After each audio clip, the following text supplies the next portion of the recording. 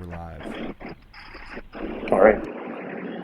Well, thanks everybody for joining. Sorry for a little bit of a delay, technical issues. Here to talk about Bulletin 2303, some tweaks to the governance flow, particularly Steele, you talking? the. I don't know if my audio just got changed because I'm in Steele is feedback. talking Can't and hear you we guys. What can is hear going him.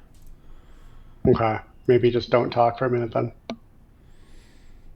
I think it Okay. may be because I started recording with OBS. Just one moment, guys. Hold on.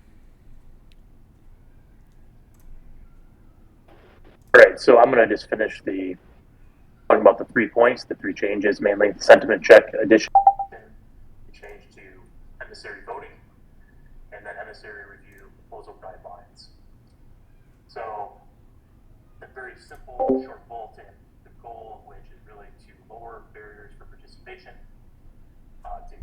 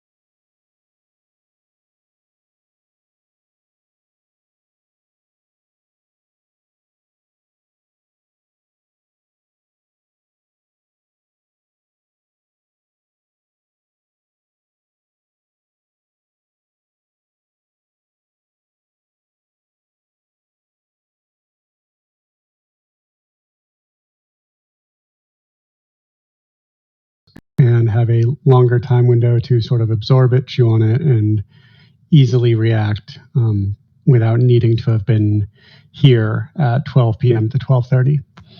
So, it just seems like a much more inclusive way to get the community engaged with what we would like to do and what the other members of the community would like you to do. I'd also like to add that like a lot of this or part of this process is to try to clarify like the sort of flow. I mean, previously we it was more maybe open ended or maybe the community was looking for more clarity as to how or what goes through what processes. But I think with this new iteration, it's very clear how things are sort of considered along the stages. So hopefully that helps with future proposals.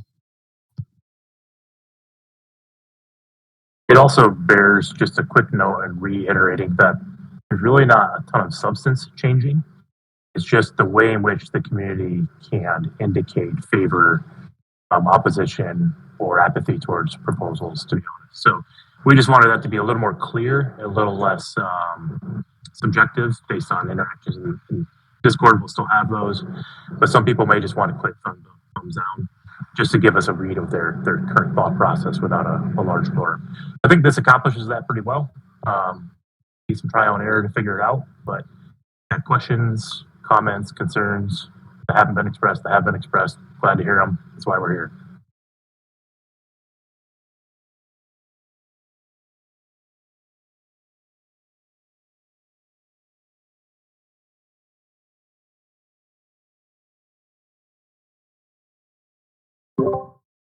Maybe one thing we could just go over quickly is the sentiment check, because we did get some questions about that. So just to provide a little bit more clarity on that portion, I just sent a pic in the chat here on the side, and this is part of Discord metrics, so it's built into the app, and you can see the amount of visitors there with the bars in the bar chart, and you can also see how many communicators there are, and so this data all exists already, and our goal with the sentiment check is just to put a number that seems reasonable, and we thought that 33% made sense. And so as you can see, just for example, over the last couple weeks, we've sort of been between, like 110 all the way up to 180 daily visitors. So if you call it roughly 120 people on average per day over the last 2 weeks, that would mean we would need something like 40 reacts, 40 participants in the sentiment check to move the thing along. And so an important point here, as you can see, there's many more visitors than there are communicators, right? And I think everyone listening to this chat knows that there's a handful of people who are active and talking every day. And there's plenty of people who are interested in Parallel, interested in the Prime token, who either may not want to talk, may not have anything to say, but are stopping by periodically to keep themselves apprised of what's going on. So 33% was chosen basically as if you assume that 1/6 roughly, 1/6 to 1/8 of the visitors over the past, it's been a while. I looked at this. It's a good number for how many of the total visitors are talking every day. So we want to increase that a little more than double, a little more than double, a little less than triple, to get some input from lurkers, but not require too high of a bar. That 33% isn't set in stone. We'll see how it goes for a while, but it's a good as place as any to start. And that's that.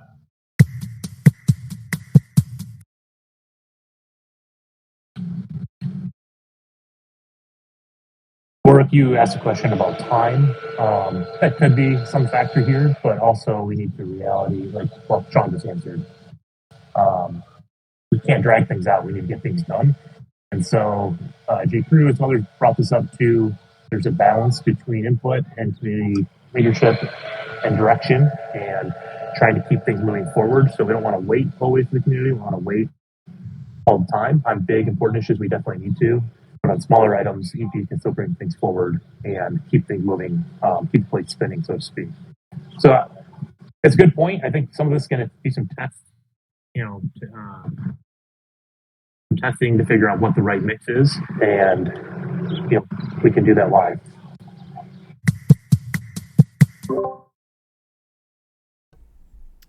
Another thing I'll draw attention to, I just see some more questions maybe coming in here, is the changes to the EP review stage. In reality, it's in terms of the way a governance proposal flows through the system, not much has changed on that front, but our goal with this bulletin, one of the goals was to provide more clarity as to what's actually going on in that initial emissary review stage. So we set out a baseline of rules there where essentially breaking any of those rules would immediately disqualify a proposal, and that list might get extended over time. But before, it was just sort of a black box, what's going on in emissary review. And so we wanted to provide like a hard set of guidelines as to why a proposal would pass or fail that stage. So yeah, again, it's just kind of not really a change, but just wanted to provide more context because the context just wasn't really there before. I'll say something about this too really quick and just jump out ahead of this inevitably happening.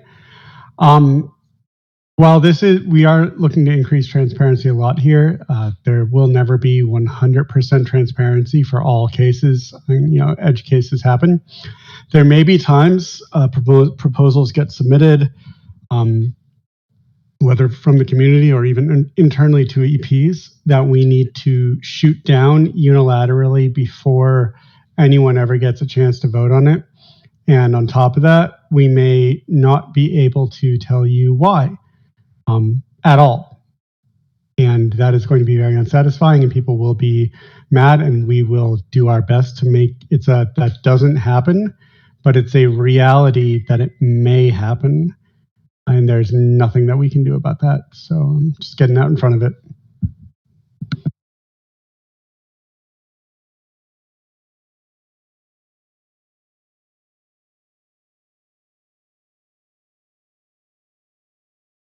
Warwick, are you referring specifically to the sentiment check stage or another element?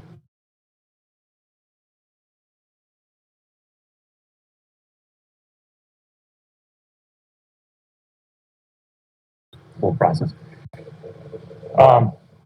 Good question.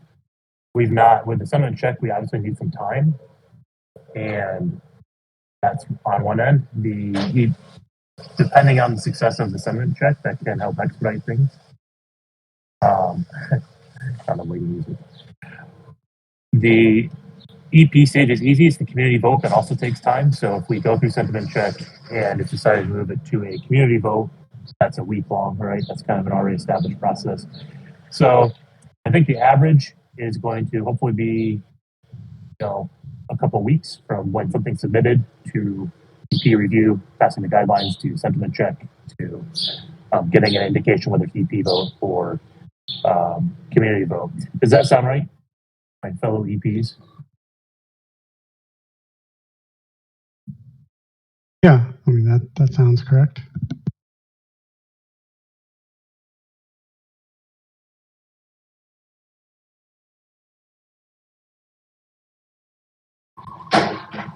We can add some prospective timeframes to the flow chart. Would that be helpful, Warwick? I don't think there's going to be like a one size fits all though. So I mean, we're going to have to take something that works for most, and in some cases there will be things that come up and we need a quicker turnaround. And again, like we will do our best to limit that happening. Like we shouldn't be getting surprises out of nowhere that need quick reactions. But again, it's a possibility, and there may be proposals that require far more discussion or many revisions, whatever, and that they may need extensions. So we're just going to not, paint ourselves into a corner and say it absolutely has to be N days, but we're going to try to shoot for a fixed amount of time.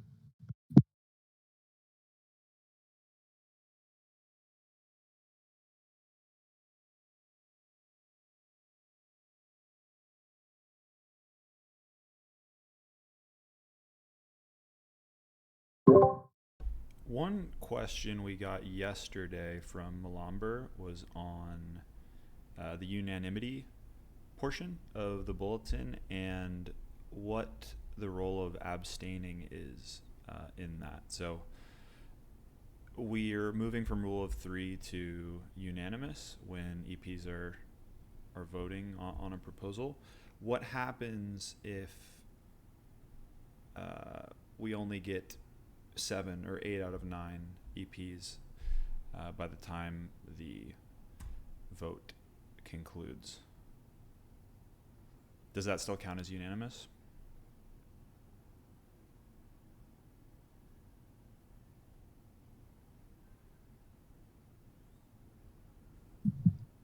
I wasn't listening to you. Sorry, what?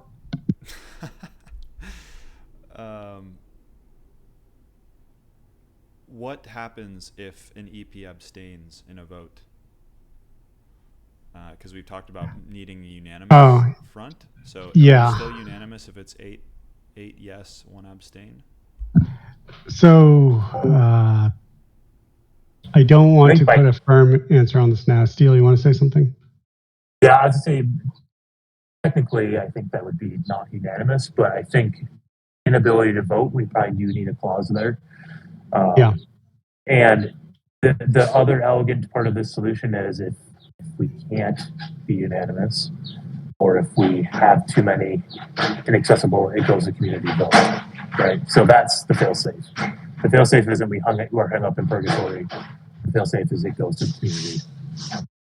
Yeah, and just so what I meant by I don't want to put a hard answer on this is there's like qualifiers on abstain. Like there's willful abstaining, in which case, yeah, like as Steele said, like the pressure release there would be go to community, and there's like abstaining like one of the EPs is going on vacation or is in the hospital or something, and they don't have their laptop with them or whatever, and they're just checked out. They're not expressing an opinion; they're just not there.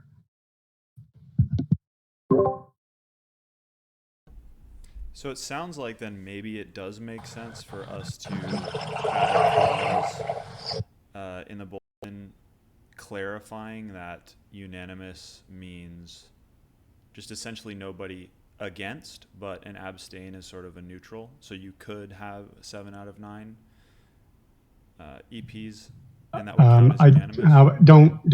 Don't say it like that, because that's not how it's going to get written. We'll put in a clause that will make sense, and we will not define what that clause will be here on the stage.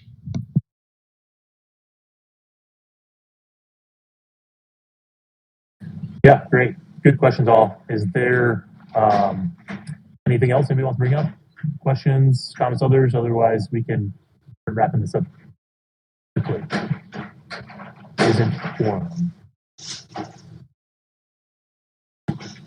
Mara, I'm not quite sure what your question is related to.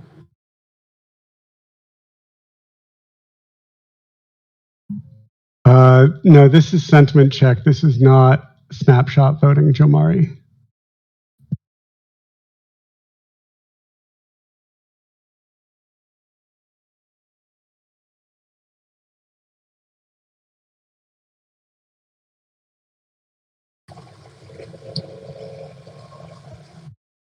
Or there typically is not hard criteria. I think we'll have to think on that a little bit more before giving a hard answer, but we need Echelon Mobile App, good point, J. Crew. We need to be able to make sure that the work of Echelon Foundation gets done. So things that broadly affect the community and in a very robust, like across all people way, are probably more community vote. Others that are more situational, missional, smaller scale, maybe a little less so. I don't know if the first cohort of EPs have been through a lot of this discussion, so they might have some insights here too. It's not something that we can define at this point with like hard, rigid boxes. We are going to do our best to include the community where the community is involved, where things are clear and obvious to us, and we're all unanimous, and things need to be done fast. We'll likely do EP, but we're not bringing governance changes here to try to abuse the system or anything. So yeah, we will just do our best to include the community. We can't define anything. We can't say for sure what will or won't be a community vote.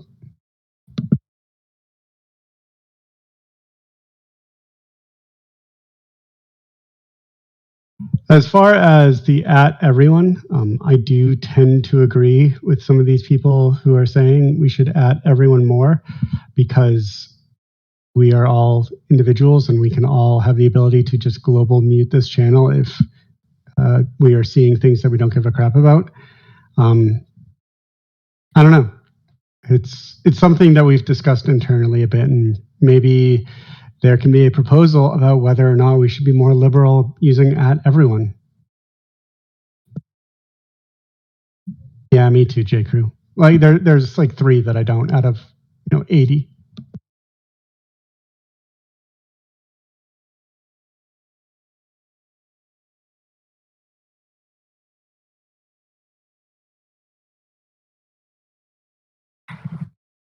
All right, we'll let the last few comments roll in and questions, in case anything else just came to mind late. Otherwise, I think the discussion will add everyone and these other ways of notifying spread out.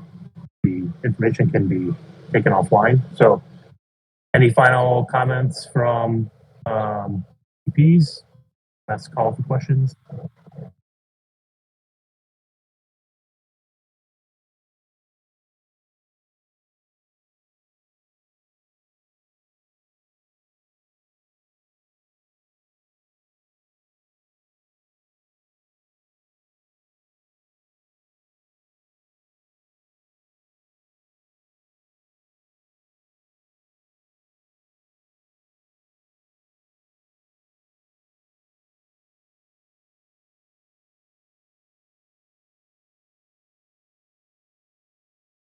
Yeah, the discussion right now about how to alert people, I think, is actually a very productive discussion. And I was kidding about the proposal, but maybe we should have sort of dedicated discussion, and people can propose, well, not formally propose, but tell us about their preferred way to get messages, or platforms that work for them.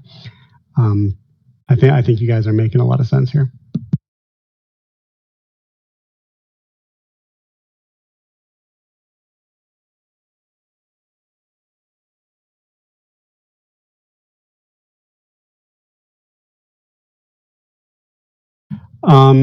Serge, okay.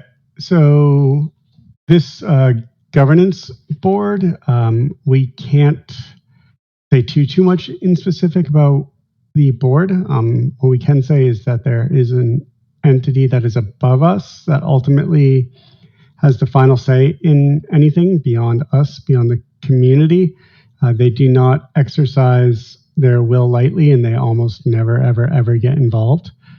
Um, they really shouldn't, need to for most of these proposals, but it exists. And what we are doing with this little block here, this governance board, is letting you know that it can happen, and there's absolutely nothing we can do about it if ultimately the board above us vetoes it. That's all.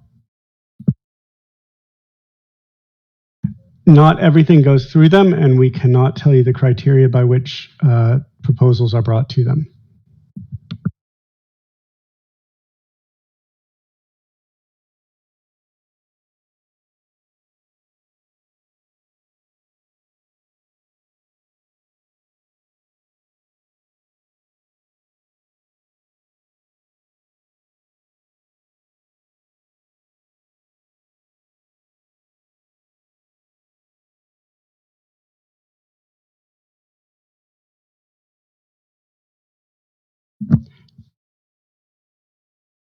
The members of the board are not public knowledge.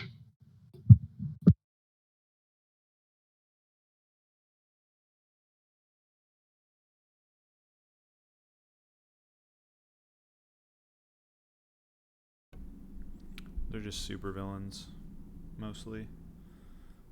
Yeah.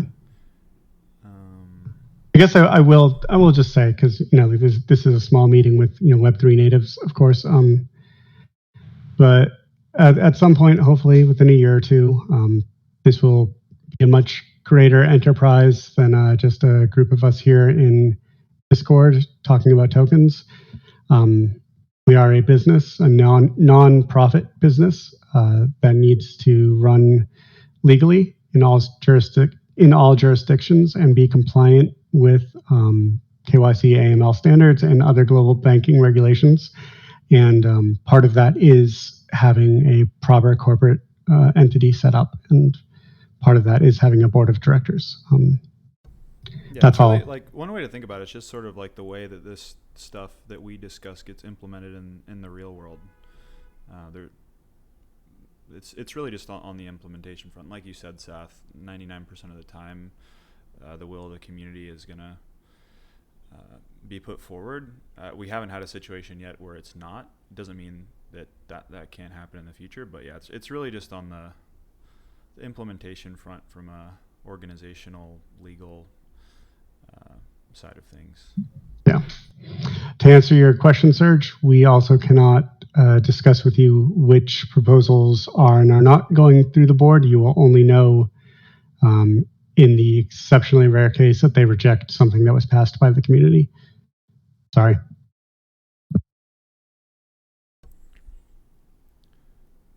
So I guess on our end, it sounds like we have a couple things to clarify, which we can do for homework. One of those is the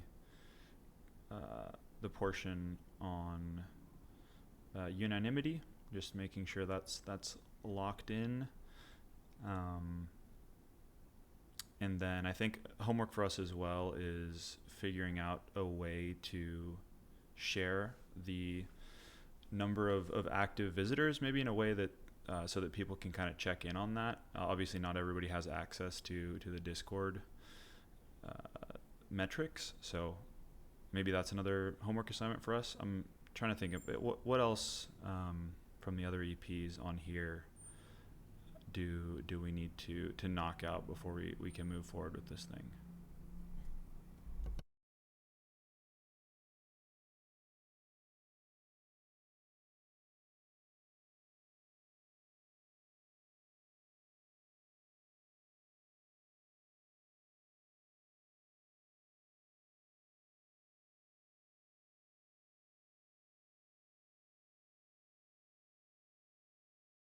Yeah, Torty, it does sound like it's incredibly boring, actually. It's, yeah.